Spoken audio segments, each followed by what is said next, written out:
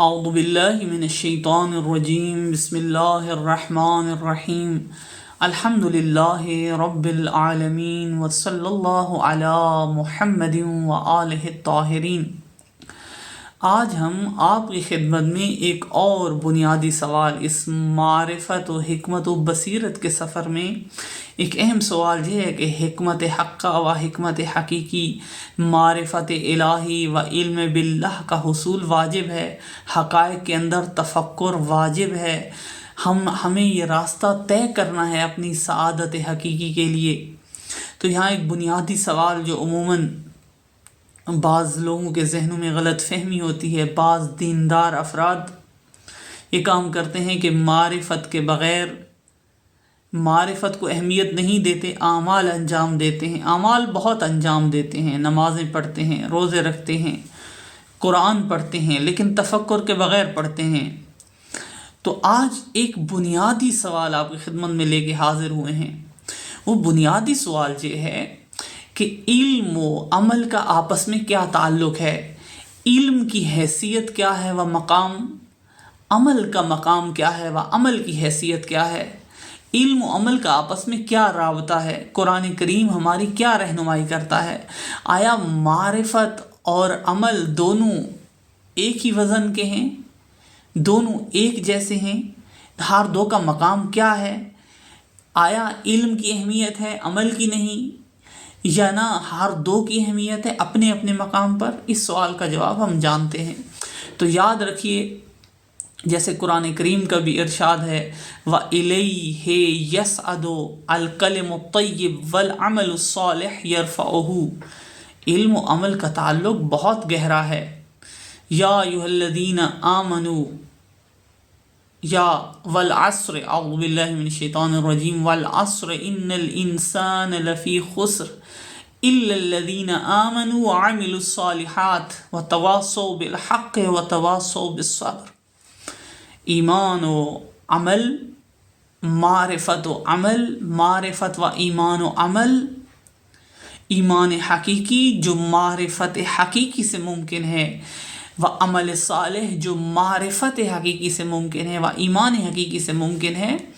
تو قرآن کریم کا ارشاد یہ ہے، و قرآن کریم کے اندر رہنمائی جو ہمیں ملتی ہے، و اہل بیت علیہ الصلوۃ والسلام کی احادیث سے ہمیں جو کچھ سمجھ میں آتا ہے وہ یہ ہے کہ علم و معرفت در حقیقت وہ خزانہ ہے جو عمل کی بنیاد میں ہو، وہ اکسیر ہے، وہ کیمیا ہے۔ اگر عمل کی بنیاد میں اسے ڈالا جائے اور عمل کو اس پر استوار کیا جائے تو یقیناً یہ عمل پھر ثمرہ کے طور پر، پھر نتیجہ کے طور پر، پھر انسان کوئی عمل کی غایت کے طور پر پھر سامنے آتا ہے۔ پس معرفت در حقیقت سلطان ہے، العلم سلطان، علم سلطان ہے، اور عمل در حقیقت اس کا خادم ہے۔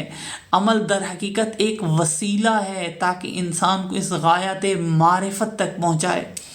انسان کی بنیاد میں معرفت ہو تو معرفت کی بنیاد پر عمل، اور یہ عمل پھر اس معرفت کو بلندی عطا کرتا ہے۔ الیہ یصعد الکلم الطیب، کلم طیب یعنی ایمان و معرفت، والعمل الصالح یرفعہ، یہ رفعت و بلندی کون عطا کرتا ہے، کس کے ذریعے سے ہے، کون وسیلہ ہے، عمل صالح۔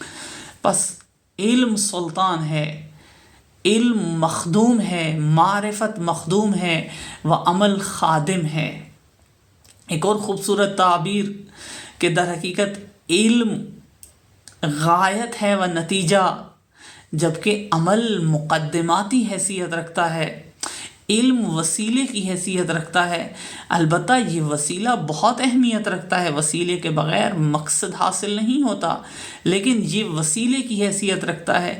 اس لیے یہ بات کرنا ضروری ہے کہ خدا نہ خواستہ ہم فقط اور فقط ابزار لے کے پھرتے رہیں، پوری زندگی اعمال انجام دیں، لیکن اگر اعمال کی غایات معرفت نہ ہو، اعمال کی بنیاد معرفت نہ ہو اور معرفت کی بنیاد پہ اعمال انجام نہ پائیں، تو یہ خالی طاعات، جنہیں ہم طاعات کہتے ہیں، یہ طاعت بھی نہیں رہتی، در حقیقت فقط جوارحی اعمال ہیں۔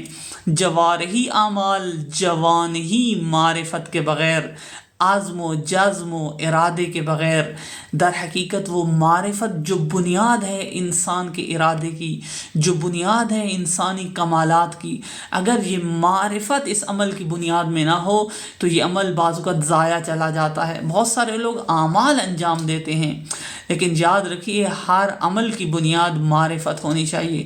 اور قرآن کریم جب مدح بھی کرتا ہے تو ان لوگوں کی تعریف کرتا ہے جو معرفت کی بنیاد پہ عمل کرتے ہیں، ذکر الہی، یاد الہی، معرفت الہی، فکر و تعقل و تدبر کے ذریعے سے اعمال انجام دیتے ہیں۔ ان کے جوارح، ان کے جوانح و ان کے باطنی معرفت کے تابع ہوتے ہیں۔ بس اس سے ہمیں پتہ چلا کہ علم و عمل کا آپس میں گہرا تعلق ہے، لیکن اس سب سے اہم بنیاد انسانی سعادت کی یہی معرفت ہے، غایت انسان کے عمل کی یہی معرفت ہونی چاہیے۔